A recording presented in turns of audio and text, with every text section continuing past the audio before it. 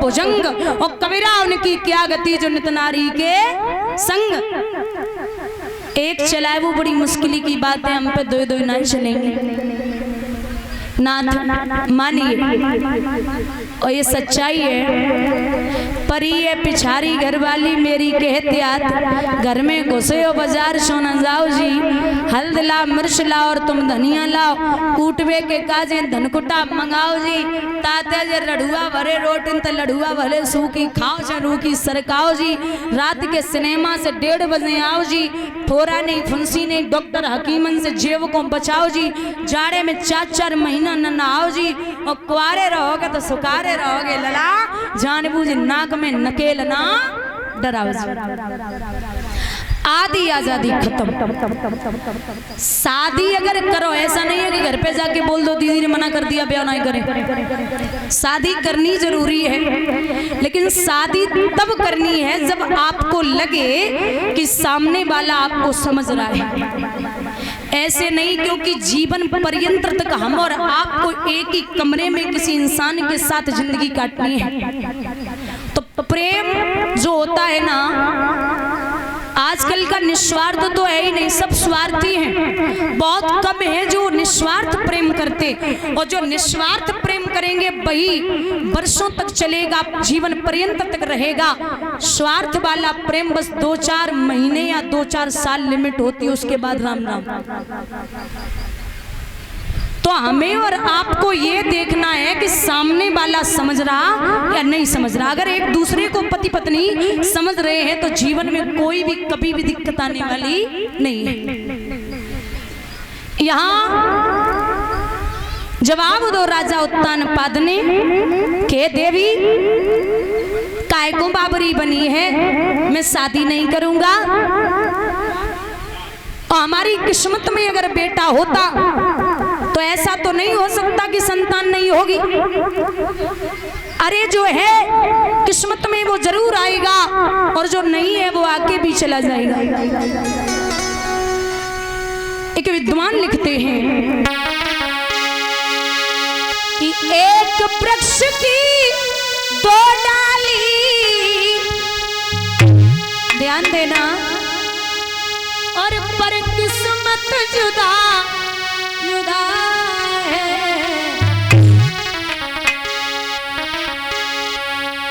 एक डाली जाए हवन में, एक से जली रही चिता।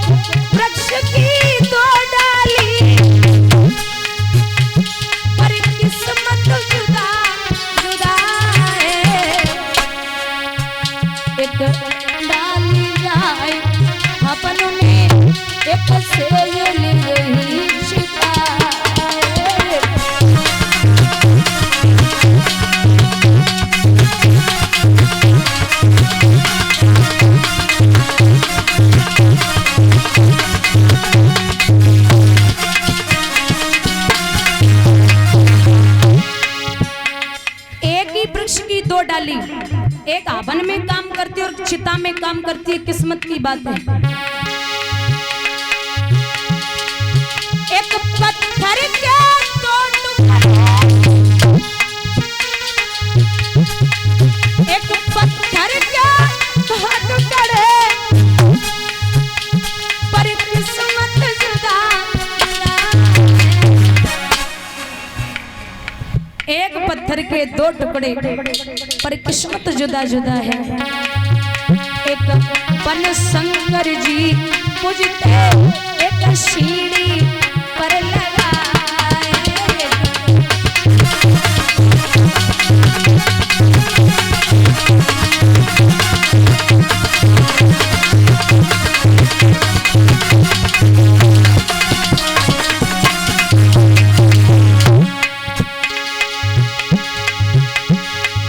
एक राजा के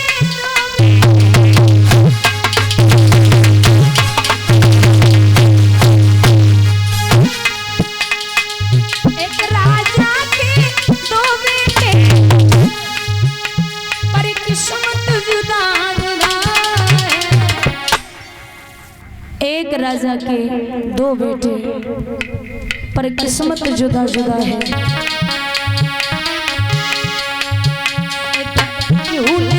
पालने में एक पत्ता पर पड़ा है।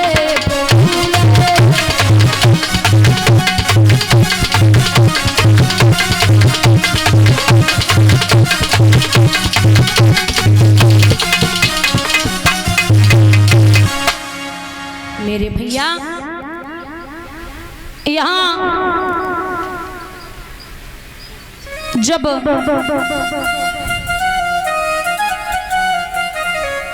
बात समझाई और नाथ शादी कर लो, ये 50 रुपए अमीर सिंह मास्टर साहब डिग्री कॉलेज मूसेपुरा, 51 रुपए नागेंद्र सिंह राणा, बलराज भगवान सुख और संपत्ति प्रदान करें। ठाकुर जी का आशीर्वाद बना रहे, अभिलाषा और आकांक्षा है। भैया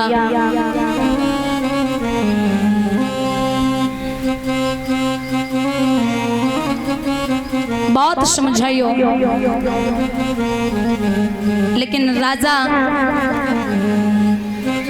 नाय मान रहे।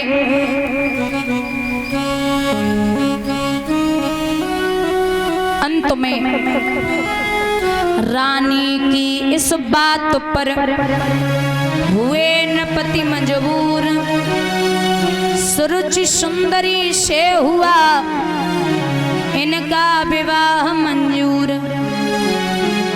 लड़की है किनकी है?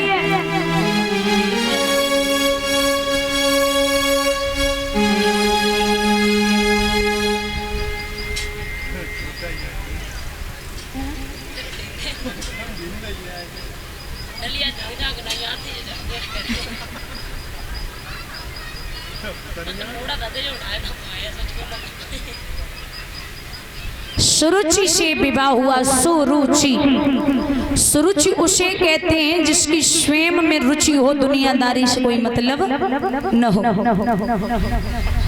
डोले में बैठी है तो बड़ी रानी ने दासी को भेजा और जवाब दिया, जा बहना मेरी छोटी बहन को अंदर लेके आ। आरती का थाल सजा करके जब चली तो महाराज बांदी ने जवाब दियो, प्रणाम करती हूँ, चलिए आपको आपकी बड़ी बहन ने बुलाया है। बोले कौन बड़ी बहन? आपके राजा की जो पहले वाली रानी है। शादी हो गई और क्या तुम समझ रही पहली हो? चलो बहानी से झझलाए के सुरुचि बोली, दिमाग ठीक है क्या? अरे हमारे महाराज को बुला।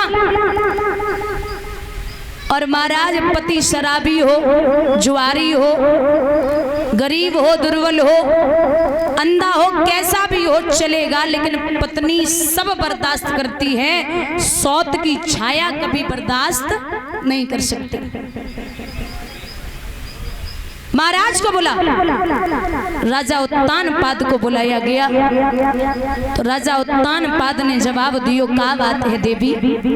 बोले एक बात बताओ, जब पहले से एक है तो हमें काय को लेके आए हो? अरे जब एक तुम्हारे रानी थी तो हमें व्यर्थ क्यों लाए हो? अब भोग करण को काफी थी, मोय बाहर झोंकवे।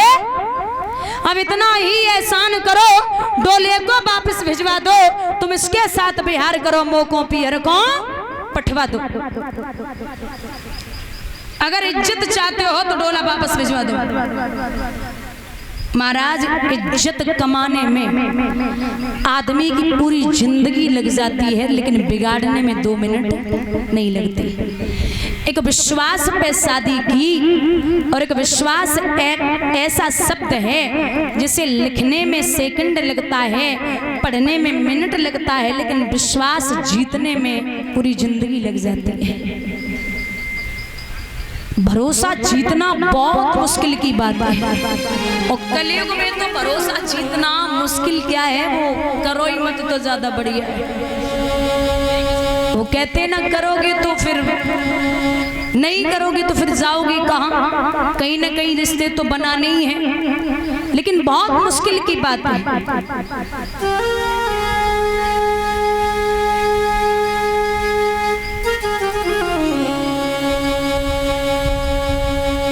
स्वयं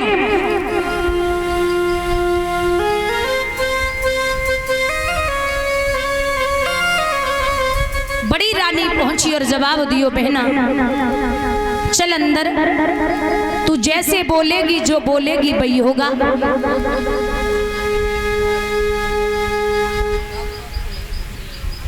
कौन हो? मैं इनकी बड़ी रानी हूं। आप अंदर चलिए। मैया सुरुच ने सुनीति के पेट में लात मारी। जवाब दियो, पैर छोड़। अरे तू समझती क्या है? महाराज से अलग हटाइए, मैं अंदर नहीं जाऊंगी।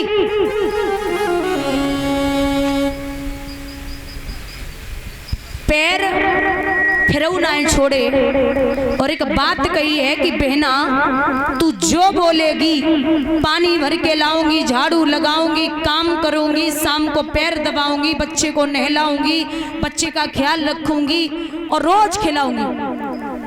सरुच ने जवाब दो, देख रहे हो महाराज, बूढ़ी बिल्ली भगतन बन के चिड़िया घर में रहना चाहती है। ऐसे में बच्चा दूंगी, ये मेरे बच्चे को मार देगी, मुझे जहर दे देगी। ऐसे बाहर निकालो। दादा एक बात बता दें, दुनिया में कहीं भी कुछ भी हो जाए इंसान बर्दाश्त कर लेगा,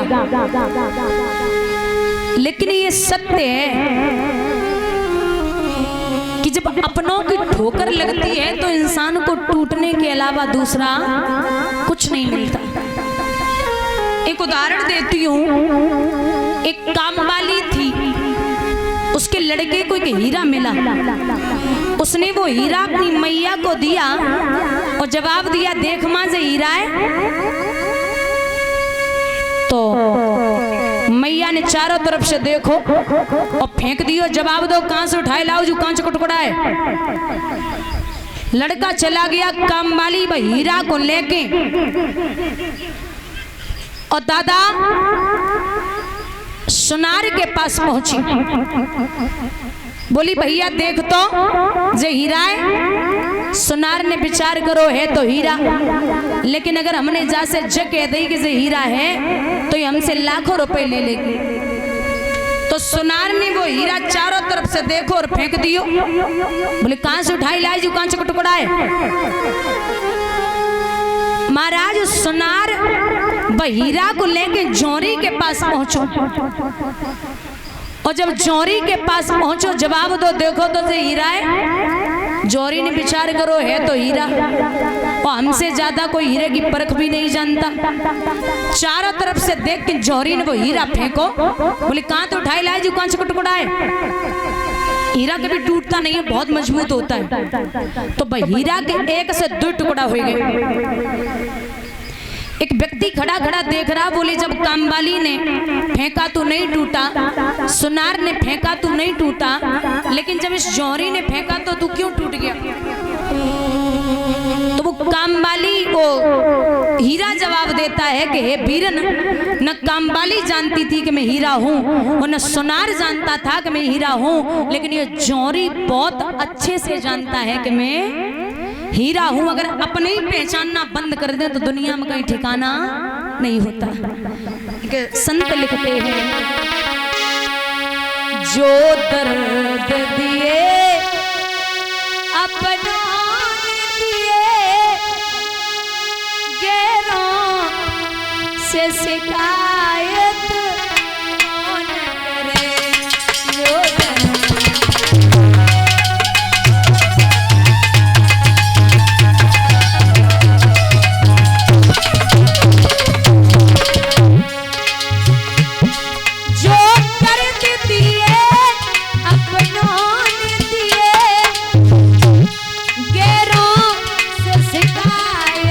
कौन करे।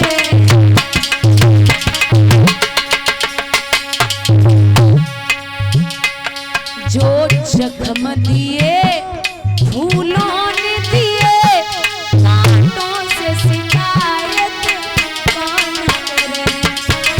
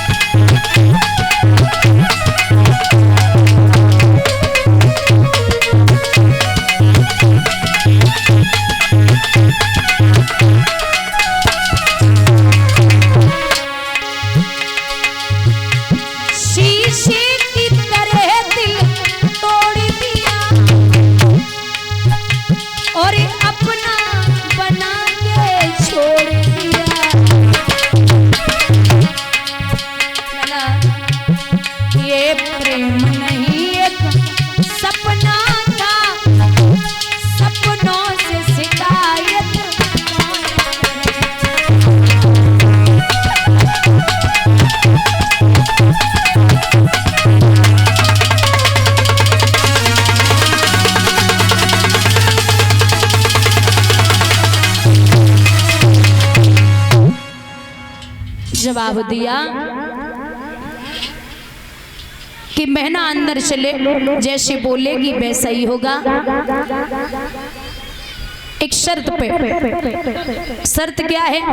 शर्त ये है कि आज से हाथ में बांस, मोटी सी साड़ी,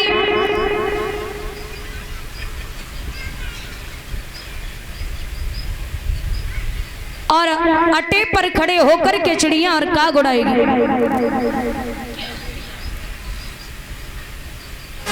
ठीक है, शर्त मंजूर है। अंदर चलो। अंदर लेके पहुंची। महलों में सुरुचि सुशोभित है, रुचि के सब साज सजाती है, रानी सुनीति अब अट्टे पर चिड़िया और काग उड़ाती है। एक अजीब सा समय आया, किसी से कोई मतलब नहीं, छोटी रानी को बस अपने में मस्त रहती और जीवन में कुछ भी न कर पाओ तो दो चीजें जरूर करना, एक है इज्जत और दूसरा है व्यवहार। अगर इज्जत है तो कोई भी इंसान आपको अपने दरवाजे पर बैठने देगा, अगर व्यवहार है तो जरा सर में दर्द भी हो जाए ना तो 50 लोग पूछेंगे कि क्या हुआ। अच्छा माता एक बात बताओ, खीर बनानी आती है? खीर हैं? बोल लेते, तुम तो ही कह रहे हाँ आते। क्या क्या पड़ता है खीर में? डोरा मिर्चे, क्या पड़ता है? दूध, बोलो बोलो बोलो, चीनी, चीनी पहले, चावल, चावल और ड्राई फ्रूट्स, मेवा, मेवा, मेवा और इलायची नहीं पड़ती, पत्ते और लौंगे, लौंगे पत्ती नहीं, केसर, केसर तो पड़ती है। अच्छा जीरो नहीं, नहीं पड़ता, पक्का नहीं पड़ता। अच्छा फिर खिचड़ी, खिचड़ी में बनता है। अच्छा खीर में सब पड़ता मान लो, लेकिन एक चीज और पड़ती है, पता है क्या? नींबू। नींबू खीर खाई है? नहीं, आप लोगों ने सोच लो कभी खाई हो? नहीं खाई? पक्का पीछे वाले नींबू खीर खाई है? नहीं, कभी नहीं, हमने नहीं खाई। पता है नींबू अगर खीर में डालोगे तो खीर फट जाएगी। ऐसे ही प्रेम रूपी चावल, श्रद्धा रूपी चीनी, लगाव रूपी दूध, व्यवहार रूपी मेवा और सब उसमें एकत्रित कर लो, इस जीवन को खीर की भांति बना लो। लेकिन अगर आपने जैसे नींबू खीर में डालोगे तो खीर फट जाएगी, ऐसे ही नींबू रूपी घमंड की अगर बूंदें डाल दी तो पूरा जीवन बर्बाद हो जाएगा। आप अपने जीवन को मीठा खीर की भांति बनाइए, लेकिन सब मेवा, मिष्टान, चीनी, दूध, चावल सब एकत्रित है, लेकिन उसमें कभी भी घमंड नहीं डालना है। बोलिए गोविंद भगवान की। यहाँ बंधुओं एक दो दिन ना 6 महीना है गए, मैया सुनीति ने अपने पति का चेहरा नहीं देखा। और जो पतिव्रता औरत होती है वो पति के बिना एक पल नहीं रह सकती। एक दिन की बात, माह का महीना, रात्रि के समय मैया सुनीति ने विचार किया, इस जीने से तो मर जाना अच्छा है, जो पति का चेहरा नहीं देख पा रही हूँ। हुआ ऐसा, अरे दुख की मारी मात अटा से नीचे आई,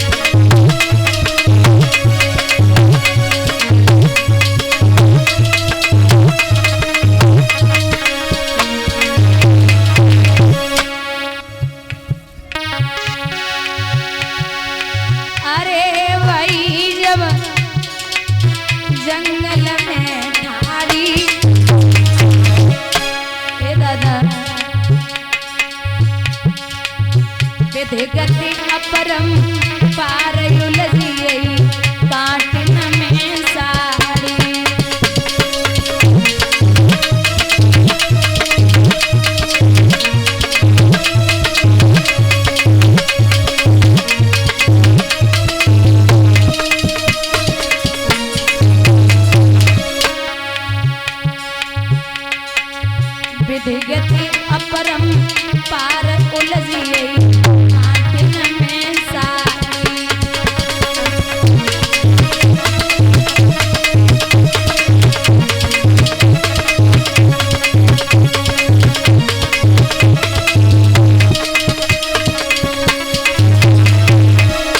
दादा मात जब बामी पे ठहरी, जिसमें सर्प रहते उसे बामी बोलते हैं। मैया वह बामी के पास खड़ी है गई, पैरन की वही आवाज निकल के आई ओ जेरी। पैरन की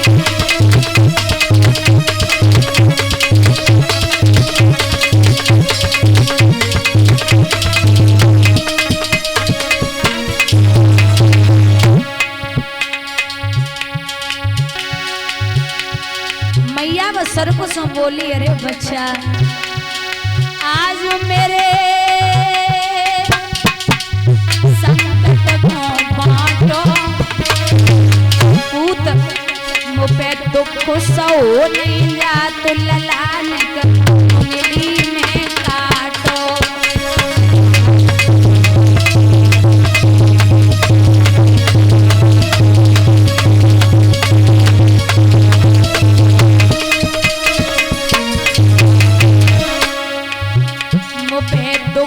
हो नहीं जा तो यो बच्चा उंगली में काटो।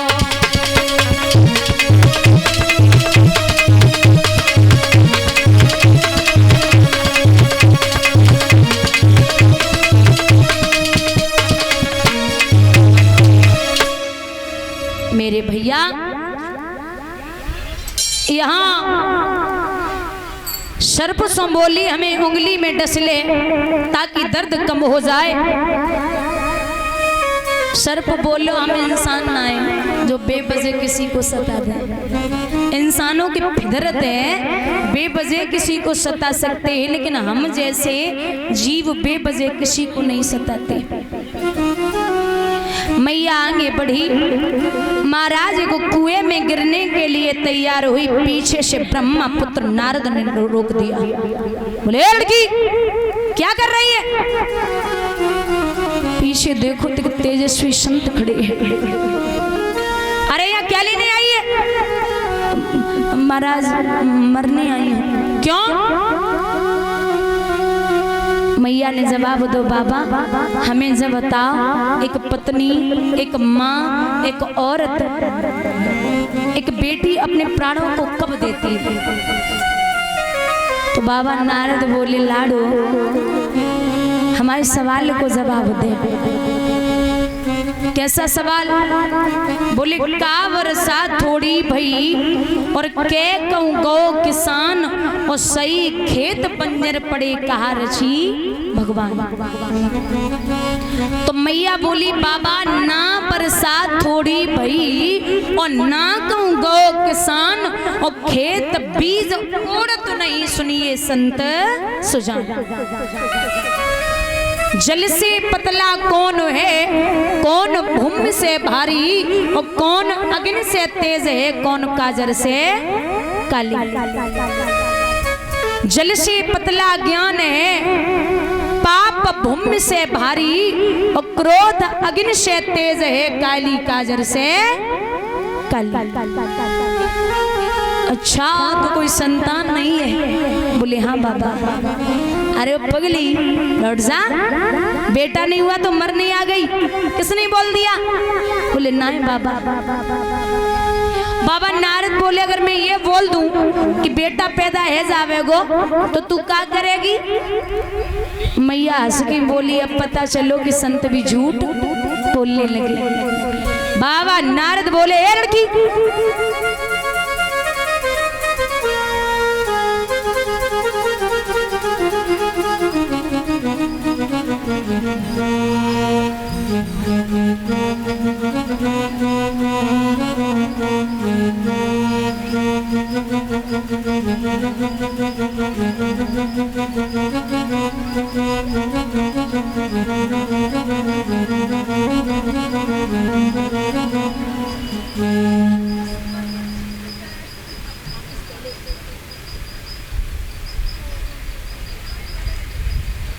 50 रुपए अखिलेश कुमार हलैया, 100 रुपए कुलदीप यादव उत्तर प्रदेश पुलिस,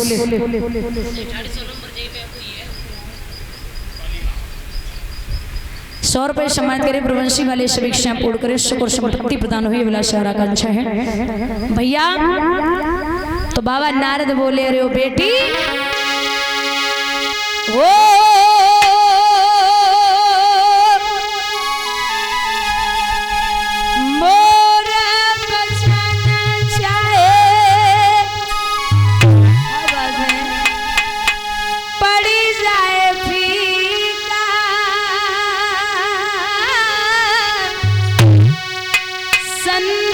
वचन पत्थर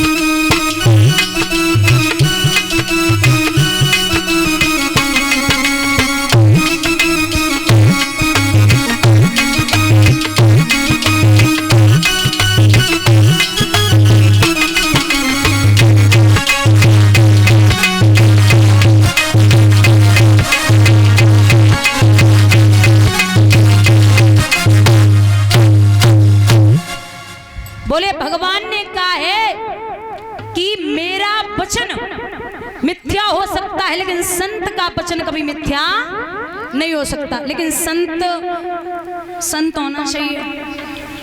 संत का मतलब है समाधान और समाधान का मतलब है संत। जो सच्चा संत होता है उसके पास हर एक चीज का समाधान होता है। महात्मा को मतलब जे ना है कि घर ते तवा भाई फिर महात्मा भाई। महात्मा को मतलब जे ना है कि घर ते तवा है तो महात्मा हो गए। महात्मा को मतलब है कि आत्मा मान हो गए, उसे हम महात्मा कहते हैं। और महाराज बाबा नारद की एक आदत और थी, जब तक ये देवी देवताओं में लड़ाई न करवा ले तब तक इनका भोजन हजम नहीं होता था। इतने अजीब थे भाई। एक दिन स्वर्ग लोक में सभा लगी तो प्रसंग उठा के ये बताइए सबसे दुनिया में अनमोल चीज क्या है? दुनिया में सबसे अनमोल क्या है? तो सबने अपने अपने परामर्श दिए, लेकिन एक विद्वान बैठे थे, उन्होंने जवाब दिया कि दुनिया में सबसे अनमोल चीज है प्रेम। उधर बोले ये है भोले बाबा और मैया पार्वती में। बाबा नारद बोले ये सत्य है कि मैया पार्वती और भोले बाबा में है? बोले हाँ। तो बोले आज मैं जाता हूँ और मैं देखूंगा कि कितना प्रेम है। सो जब नारद चले, मैया अकेली कैलाश पर्वत पर बैठी।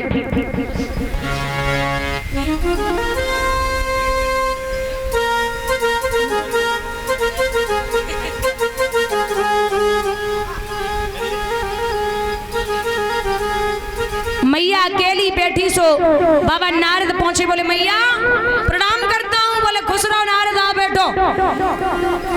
बैठ के भोजन करो, भोजन करो। काफी देर बैठे रहे। कुछ देर बाद बाबा नारद ने पूछी, मैया हमें जो बता बाबा कहाँ है? पार्वती बोली तुम्हें तो पता ही है, सवेरे सवेरे निकल जाते हैं, सवेरे शाम को आते हैं, तो तुम्हें बताए कि ना जाते हैं, कहाँ गए? बोले हाँ वो गांजा और भांग के नशा में को घूम रहे हैं, का उनको मतलब है। नारद बोले जय तो बात है कि तू बहुत बोली। बोले क्यों? बोले मैया हम कछु कहो चाहते हैं। हाँ कहो कहो। बोले तू हमें जब बता कितनों प्रेम करे? बोले बहुत। तुम हमारे बेटा हो, तुम्हें तो हम बड़ो प्रेम करें। बोले अगर हम कछु कहें तो तू मानेगी? अरे बिल्कुल माने, तुम बताओ। बोले मैया वैसे कहो तो ना चाहते थे, अब कह दें कि बाबा सवेरे सवेरे निकल जाते हैं तो तेरे अलावा उनके 6-7 पत्नियां और। पार्वती बोली भोजन करो, पानी पियो और चुपचाप निकल लो। हमारे बाबा बहुत सीधे हैं, उन पे हमें बहुत भरोसा है, वे ऐसा कबू नहीं कर सकते। चलो निकलो। जवाब दो।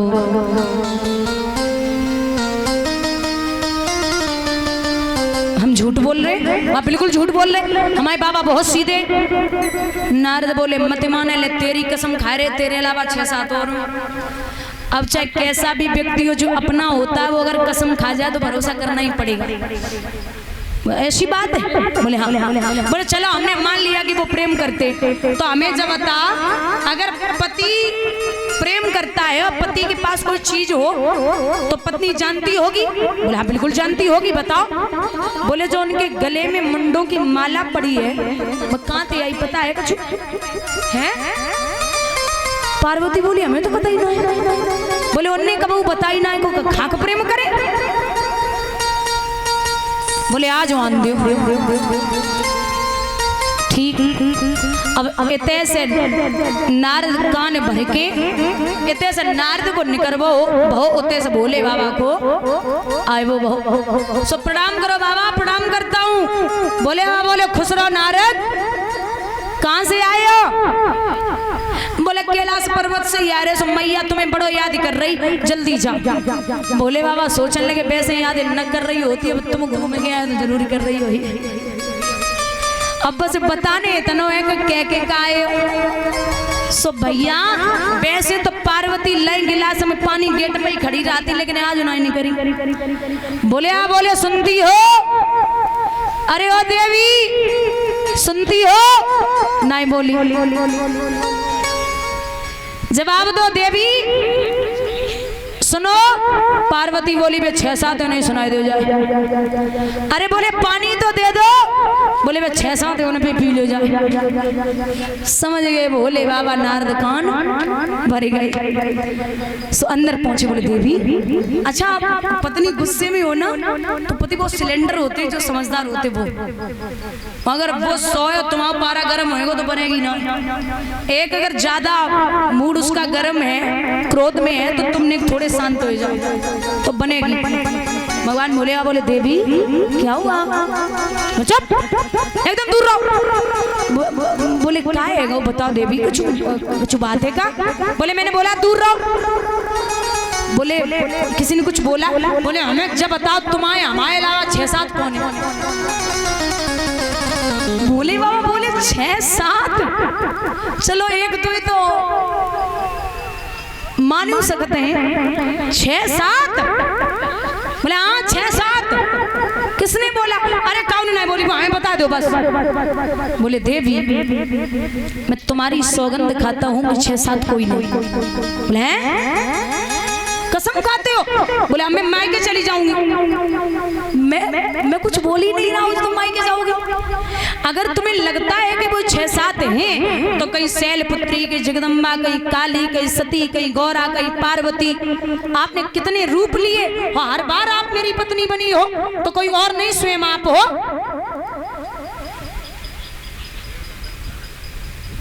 सच बोल रहे हो?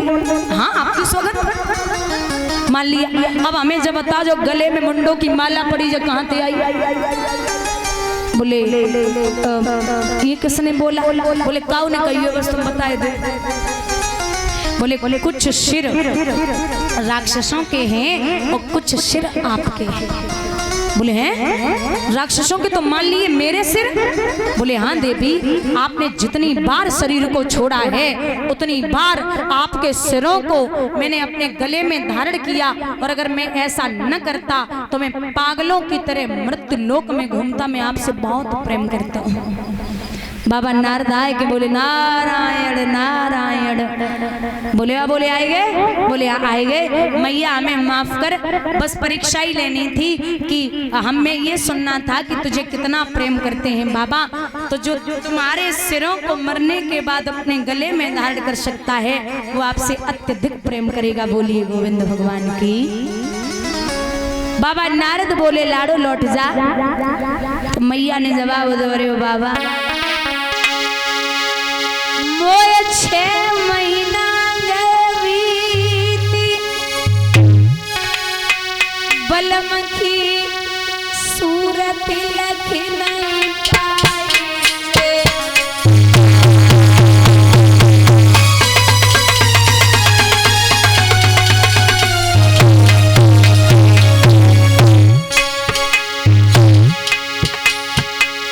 मोए 6 महीना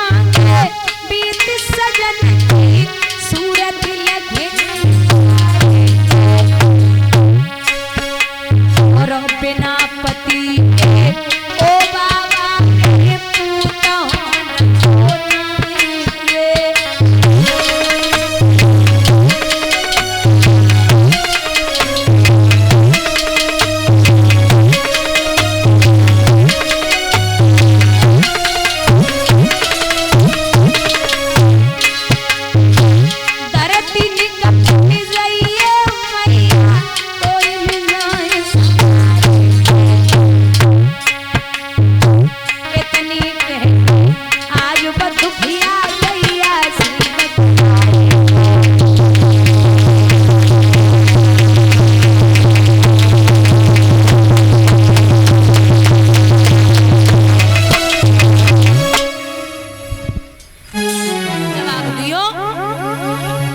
लाडो। बाबा पति के बिना बेटा नहीं हो सकता। बाबा नारद बोले आज लौट जा, और 9 महीना के बाद अगर बेटा पैदा न होवे तो जो कुआ कहूँ नहीं चलो जे जो कुआ में आके गिर पड़ी हम रोकवे बनाए आवेंगे। आज लौट जा।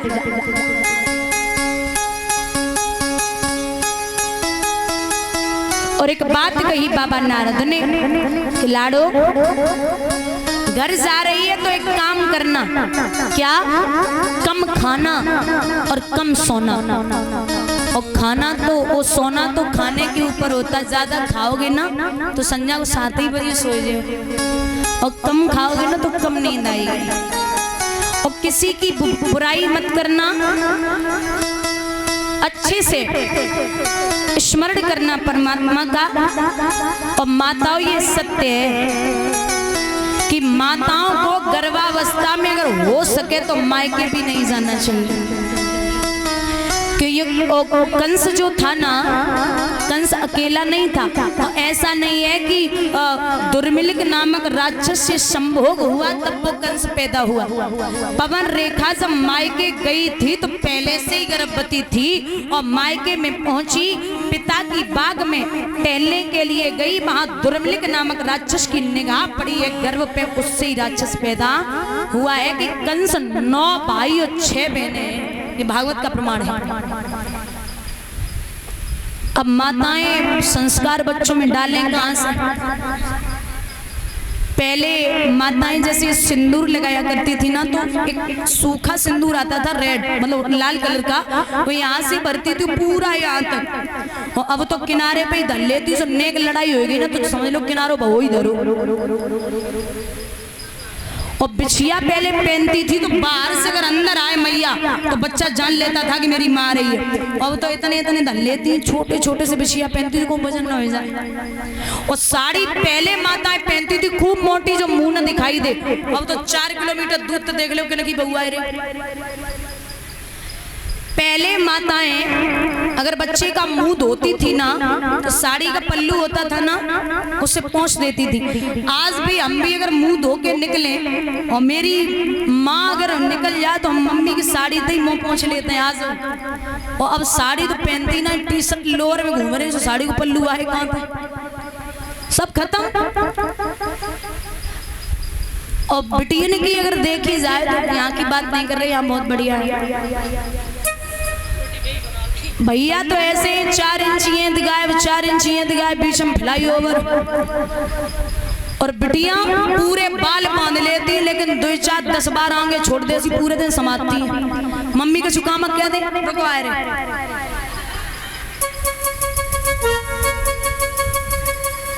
भगवान ही मालिक है। आप बच्चों में संस्कार तब डालेंगे जब आप खुद भी सक्षम अच्छे होंगे। बाबा नारद बिटिया को समझा रे लाडो, अरे गबड़ाई मती राज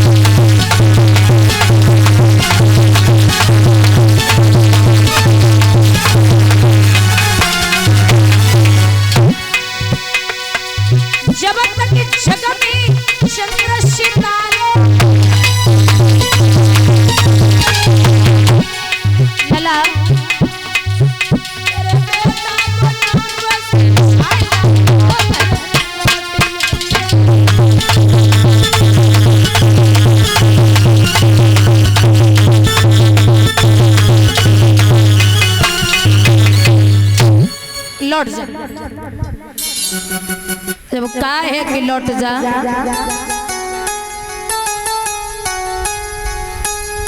लौटाई के महाराज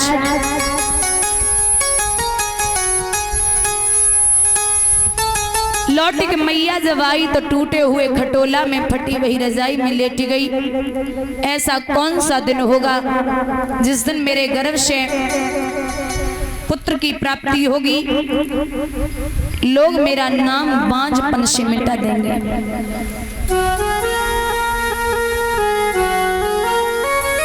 ये सोच रही है। सुबह हुआ, सुबह बोई राजा उत्तानपाद शिकार खेलने के लिए चले, तो के रन का पीछा करते करते राजा निकल गए।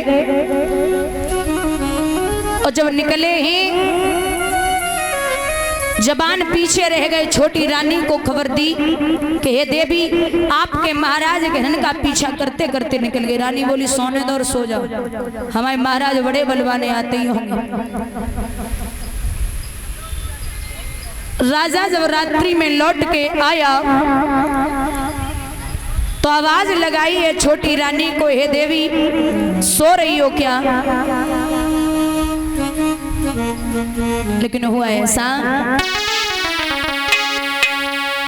अरे सोख नींद में सोई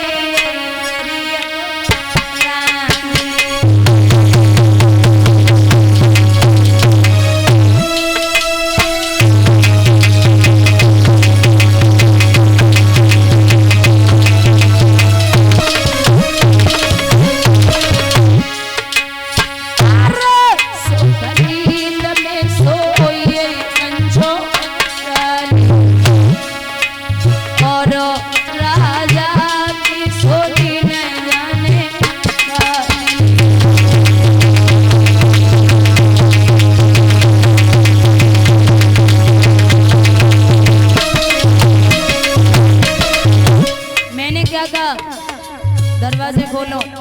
सो रही हो क्या? अचानक राजा को बड़ी रानी की याद आई। अरे भैया, अरे जय ख्याल सुनीति को आओ और फौरन मोरा लौटाओ।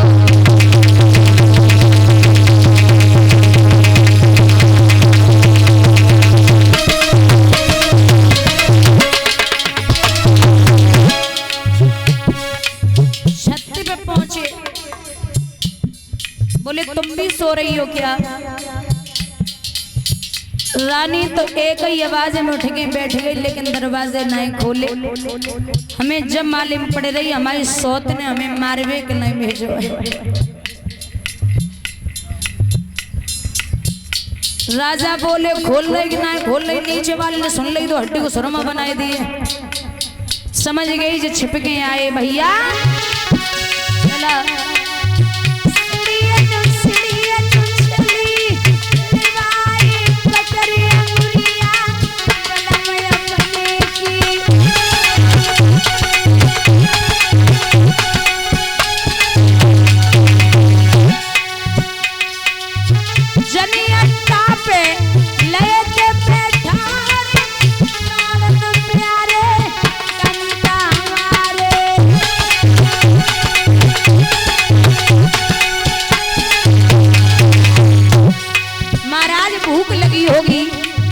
बोले बहुत तेज।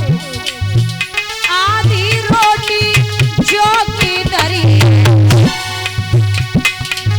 पाई पे नमक तो धरी दो समारी। आधी रोटी जो की धरी है,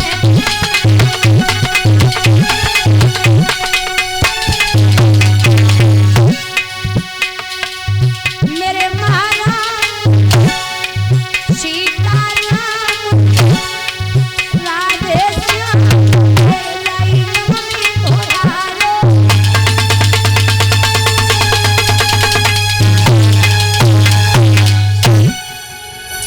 बंधुओं, आधी रोटी जो की रखी थी परीक्षित, जैसी वो आधी रोटी जो की थी उस पर नमक रख के और राजा को दिया, तो इतना याद रखना वो पहलो निवाला राजा उत्तान पाद के गले से नीचे नहीं उतरो। और एक बात कही है कि ये रोटियां तो रोज खाती है, कैसे हजम होती हैं? ये एक निवाला नहीं उतर रहा गले से नीचे। मैया ने फटी हुई साड़ी से आंसू पहुंचे। शिवन रोना नहीं, रोने के लिए तो मैं ही काफी हूँ। आपने पूरी रात समझाया, लेकिन मैंने आपकी एक भी बात नहीं मानी।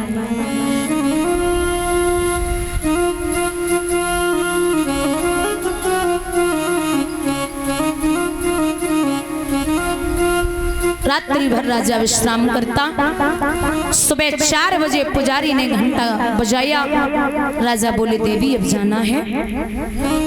जैसे ही राजा नीचे पहुंचे तो छोटी रानी दोनों हाथ चौखट से लगाई खड़ी। बोले कहाँ गए थे? इतनी तेज चिल्लाए सो राजा तो डराई गो। बोले मैंने पूछा रात भर कहाँ रहे? राजा बोले क्यों, क्या मतलब है? बोले इसमें मतलब नहीं है, बताइए रात भर रहे कहाँ? और क्यों हो गात मलिन, छटा छवि छीन के सुंदरताई, और चेहरा को डर गई और नूर फिर गई। रात सोती करे रहे, जान में रहे रही धमकाई, और बादन की करियो याद कसम मोते। राजा बोले तुझे क्या लगता है मैं कहाँ गया था? बोले सौत गया। राजा सोचने लगो राजू बंदर घुड़की ने काम ना ही करो तो जिंदगी में करवे वाली नहीं। बोले ले ये ले जा तलवार और उसे मार दे। हम तेरी सौगंध खाते हैं कि हमें 6 महीना है गए वो चेहरा नहीं देखो। अच्छा कुछ अच्छे काम के लिए अगर कसम झूठी खानी पड़े तो खा जा, फर्क नहीं पड़ता, कोई ना मरो जाए।